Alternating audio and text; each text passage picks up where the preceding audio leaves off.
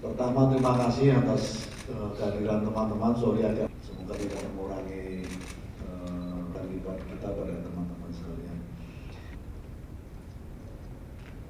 Di PP Mukernas lancar kemarin oleh Gus Muhaimin Iskandar. Dan alhamdulillah tadi malam juga terlaksana dengan luar biasa. Terima kasih teman-teman nunggu sampai jam setengah 12. Menunggu Gus Muhaimin sampai selesai menikmati hiburan tadi malam. Selanjutnya nanti Pak Jazil akan menyampaikan, meng-highlight beberapa hasil Mukernas kita. Yang di dalam Mukernas ini ada 2 rekomendasi internal dan rekomendasi eksternal. Nanti akan kami bacakan secara detail setelah nanti Pak Jazil mengantarkan meng-highlight beberapa isu penting dari hasil Mukernas ini, dan nanti akan kita lanjutkan dengan dialog. Kami persilakan Pak Jazil. Baik, Assalamualaikum warahmatullahi wabarakatuh. Wartawan, sebelum saya sampaikan hasil Mukernas atas nama DP PKB dan keluarga besar DP PKB mengucapkan bela sungkawa atas kepergian Wapres ke-9 Pak Hamzahas. Mudah-mudahan amal baik beliau diterima dan kita semua bisa melanjutkan perjuangan baik. Amin. Teman-teman yang saya hormati, kemarin sudah dilakukan Mukernas Musyawarah Kerja Nasional PKB dan kita melakukan pembahasan bersama seluruh peserta Mukernas dari seluruh Dewan Pengurus Wilayah baik Syuro maupun Tanfid, yang akhirnya memutuskan keputusan-keputusan internal dan keputusan-keputusan eksternal. Untuk rekomendasi internal, saya sampaikan kepada teman-teman bahwa Mukernas memutuskan menggelar muktamar PKB yang ke-6 pada akhir tahun setelah pelaksanaan Pilkada serentak 2024. Yang kedua, menyepakati pembentukan panitia dan logo muktamar PKB ke-6 tahun 2024 yang mengusung semangat muda, modern, peduli dan melayani.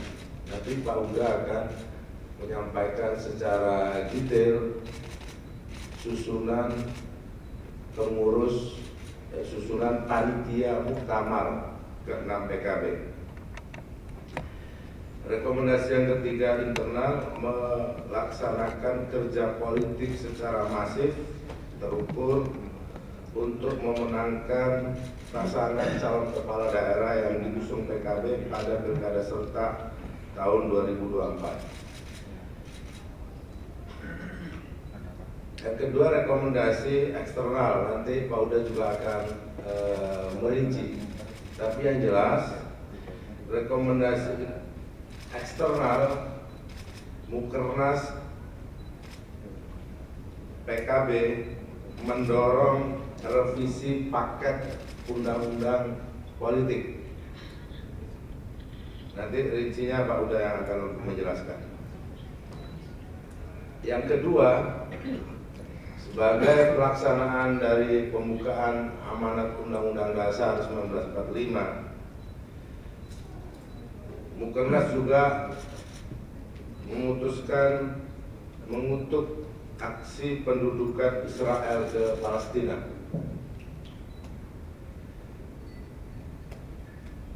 Yang ketiga, Mukernas juga memutuskan agar pemerintah membuat skenario untuk mencegah PHK massal, dan masih banyak lagi ada beberapa poin lagi, termasuk Mukernas merekomendasikan agar pemerintah serius untuk menangani masalah judi online dan pinjaman online yang membuat ekonomi masyarakat terpuruk dan sistem ekonomi juga terhambat. Juga sampai di Mukernas agar pemerintah juga mewaspadai dengan serius karena Indonesia saat ini akan dijadikan pasar narkoba internasional. Karena narkoba ini adalah darurat atau bahayanya kepada generasi kita ke depan. Kira-kira itu yang menjadi beberapa kesimpulan di Mukernas. Nanti Pak Huda bisa melengkapi dan teman yang lain juga melengkapi. Utamanya terkait dengan susunan panitia, muktamar, dan juga logo muktamar yang akan di-launching, dan juga rekomendasi-rekomendasi eksternal yang perlu dipertajam. Saya persilakan, Bu.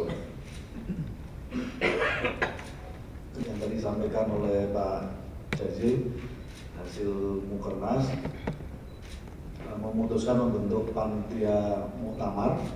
Saya akan bacakan susunan panitia inti muktamar yang nanti akan diperlebar kepanitiaannya. Penanggung jawab A.H.A. Muhaimin Iskandar sebagai Ketua Umum, penasihat Pak Kiai Haji Manarul Hidayah, Kiai Haji Kafabi Mahrus, Kiai Haji Syaiful Maksum, Sekjen DPP PKB Pak Hasanuddin Wahid, Dewan Pengarah Pak Jazil Fawaid,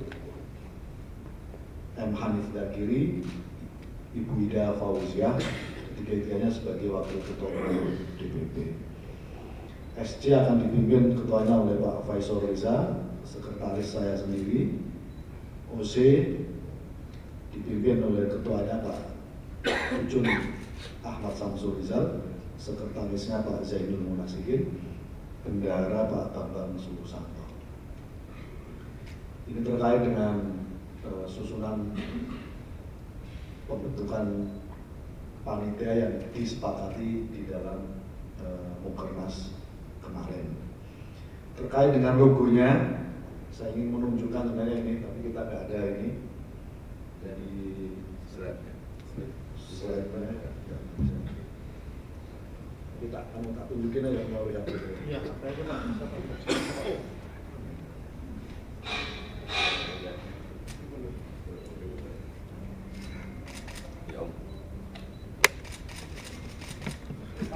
Masuk ya.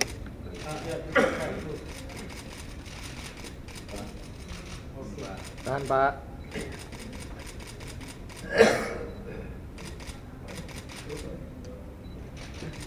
Oke. Terima kasih. Saya kira itu Pak Jazil tadi sudah lengkap disampaikan oleh Pak Jazil, baik rekomendasi internal maupun eksternal. Salah satu rekomendasi eksternal tadi yang disampaikan oleh Pak Jazil menyangkut soal usulan PKB untuk mendorong revisi paket undang-undang politik. Isinya salah satunya adalah PKB mendorong supaya pelaksanaan Pilpres dan pemilu legislatif dipisah pada tahun 2029 yang akan datang. Yang kedua, sebagaimana rekomendasi dari KPK menyangkut soal kesehatan partai politik, pemerintah perlu mengalokasikan dana dana abadi untuk partai politik. Itu tadi yang salah satunya yang disampaikan oleh Pak Jazil menyangkut soal revisi undang-undang partai politik. Saya kira itu. Kita lanjutkan dengan tanya jawab aja. Saya persilahkan.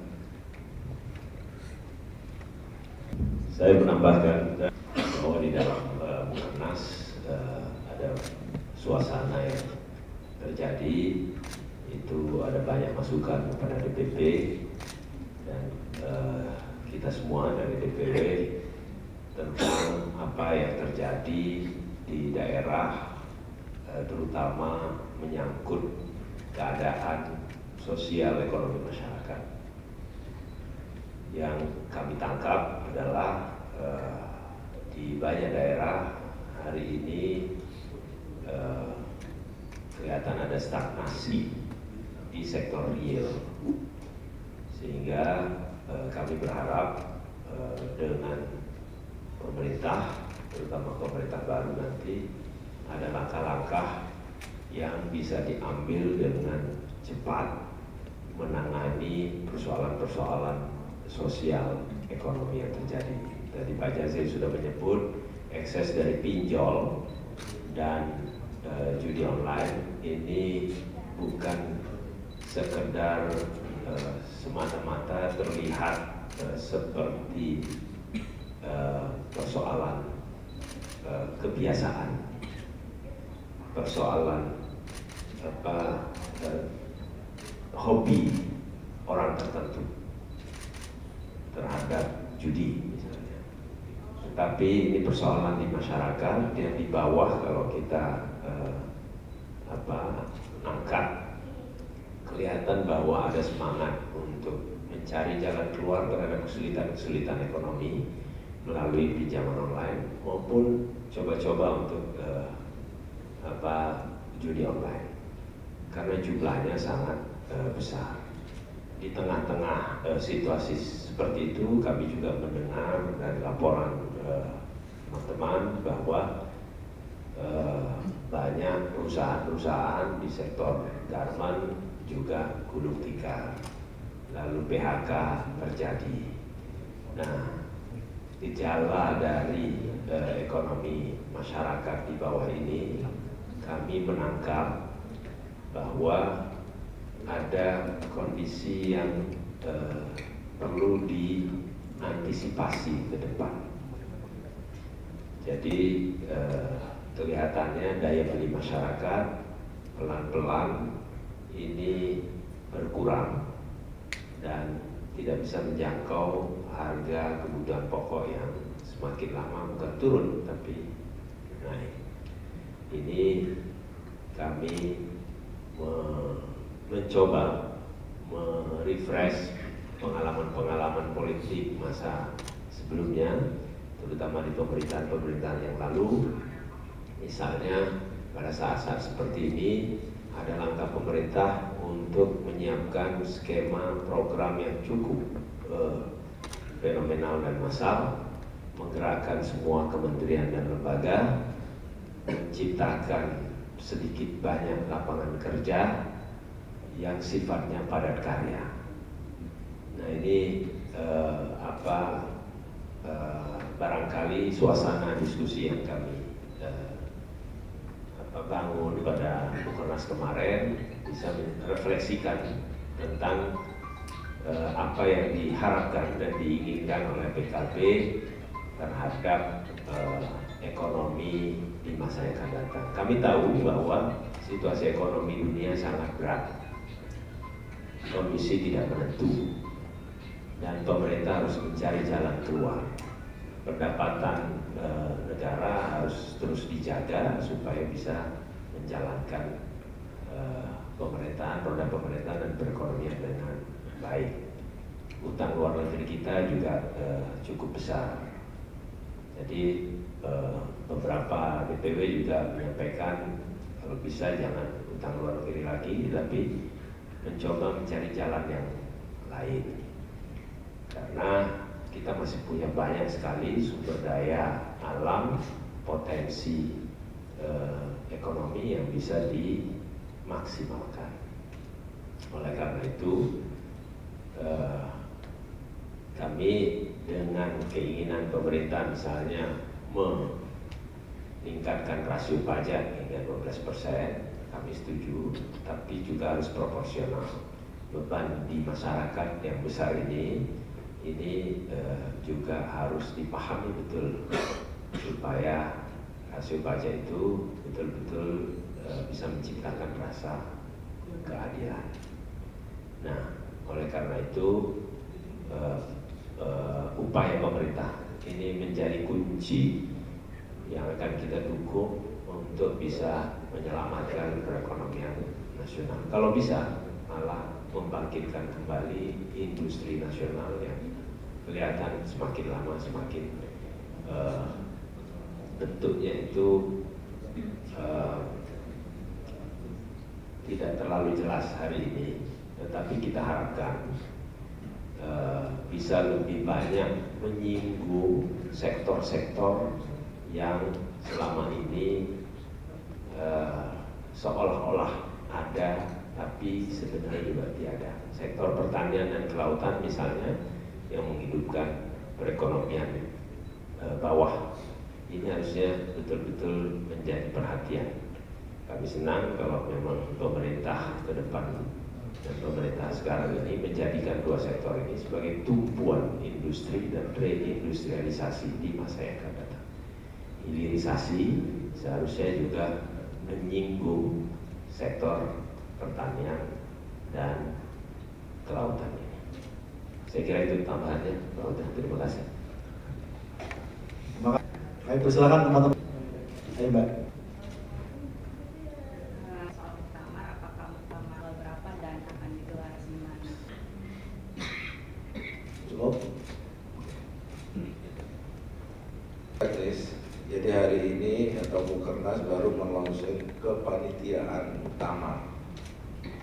Nanti materinya setelah ini akan disusun terkait sidang-sidang yang nanti akan dilakukan di Muktamar. Biasanya ada sidang komisi dan pleno, menyangkut komisi program kerja, komisi terkait organisasi dan ADART, dan komisi serta pleno terkait dengan struktur pengurus DPP yang akan datang. Jadi ini materinya sedang disusun.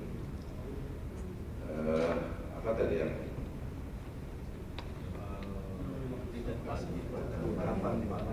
Ini justru sekarang Mukernas hanya memutuskan kepanitiaan. Nanti kepanitiaan akan segera rapat dan mengusulkan beberapa alternatif tempat.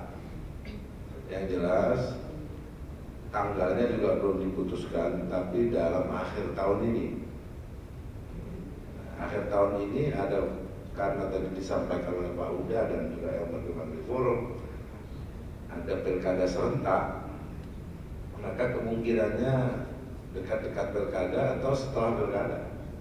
Artinya setelah tahapan pendaftaran pilkada kalau tidak salah tanggal 27 Agustus, artinya tahapan pendaftaran calon sudah selesai.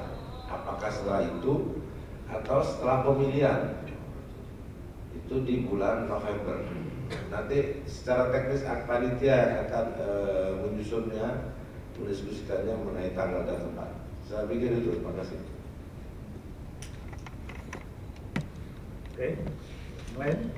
Isu lain. Kalau Pak. Terima kasih. Jatim juga Gus, perbicaraan dengan PDIP seperti apa?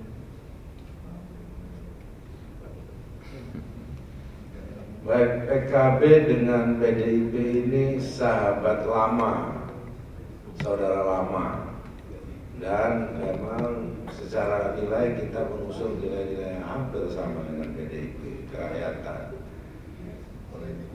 Nah, untuk pilkada tentu kami menyambut baik apa yang disampaikan oleh PDIP untuk melakukan kolaborasi atau koalisi dengan PKB di 3 provinsi tersebut. Cuman perlu saya sampaikan bahwa untuk DKI Jakarta sesuai aspirasi DPW DKI, Pak Anies calon gubernurnya. Untuk Jawa Tengah sesuai aspirasi yang disampaikan oleh pengurus DPC dan DPWC Jawa Tengah, ingin mengusung Yusuf Hudori menjadi calon gubernur. Ya, untuk Jawa Timur memang sedang dibahas siapa yang nanti akan maju bersama PDIP. Dan perlu diketahui di Jawa Timur PDI dan PKB adalah pemenang satu dan kedua yang mesinnya sangat kuat. Tinggal mencari figurnya. Mudah-mudahan beberapa hari ke depan segera bisa diputuskan siapa calon gubernur dan wakil gubernur di koalisi PKB, PDIP, dan partai lainnya di Jawa Timur. Saya pikir itu. Terima kasih, Delvira. Ayo, yang lain. Ada usulan dari Ayo Mas.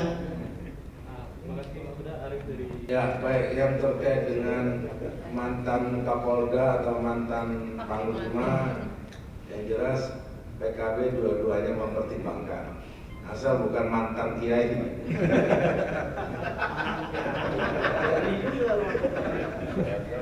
Jelas yang mau maju justru kiai, bukan mantan ini. Kiai Yusuf Hudori yang maju, bukan mantan kiai.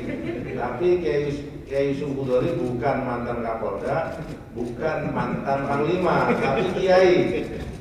Dari pondok pesantren besar namanya Pesantren Api Magelang dan populer di Jawa Tengah. Oleh sebab itu kami ngajak partai-partai yang lain menawarkan juga untuk dibahas bersama-sama. Kami punya jago di sana. Nah, yang terkait dengan revisi paket undang-undang politik, memang keserentakan kemarin akhirnya calon anggota legislatif DPR RI tidak diperbincangkan, nggak dianggap punya visi apa, semuanya terarah kepada pilpres. Bahkan kita sendiri itu lebih banyak kampanye pilpres daripada kampanye kita sendiri. Hanya aja teman-teman itu. Apalagi bagi PKB kemarin yang nyalon ketua umumnya. Iya, jadi jihad itu prioritas pertama, baru prioritas kedua, bahkan ketiga teman-teman ini. Jadi, nah pengalaman inilah yang kemudian saya yakin nanti disampaikan ke partai dan masyarakat efektif nggak gitu. Itu. Ini yang mau kita koreksi. Yang kedua, bahwa pilar demokrasi penting itu adalah partai politik, karena dari partai politik lahir gubernur, bupati, bahkan presiden. Tapi partai politik belum memiliki akses yang cukup dari APBN. Katakanlah hari ini itu hanya dihitung satu suara Rp1.000. Padahal tanya ke teman-teman, satu suara berapa? Kalau surveinya ke masyarakat akan lebih tinggi. Yang sudah melakukan survei itu seingat saya adalah KPK, Komisi Pemberantasan Korupsi, yang ingin agar partai politik menjadi pilar demokrasi, menjadi bersih. Berapa waktu itu disampaikan, kurang lebih dana pembinaannya itu satu suara 10.000.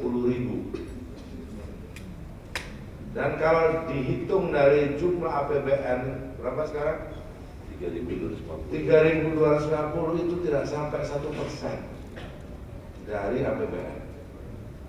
Artinya betapa penting alokasi APBN ini juga dialokasikan kepada pembinaan politik dan pendidikan politik melalui partai politik. Itu kira-kiranya begitu. Itu, nah mudah, tapi ini akan menjadi wacana yang juga disampaikan ke publik, dan kami ingin juga menerima masukan, karena kami tidak ingin partai politik coba saja lakukan survei di antara lembaga-lembaga negara. Partai politik termasuk lembaga yang belum dipercaya oleh masyarakat. Padahal partai politik yang melahirkan calon-calon pemimpin. Jadi bagaimana dari sumber yang tidak dipercaya melahirkan pemimpin yang dapat dipercaya. Nah ini kira-kira logikanya. Ya, terima kasih Mas dari CNN. Oke, yang lain? Cukup ya. Cukup ya.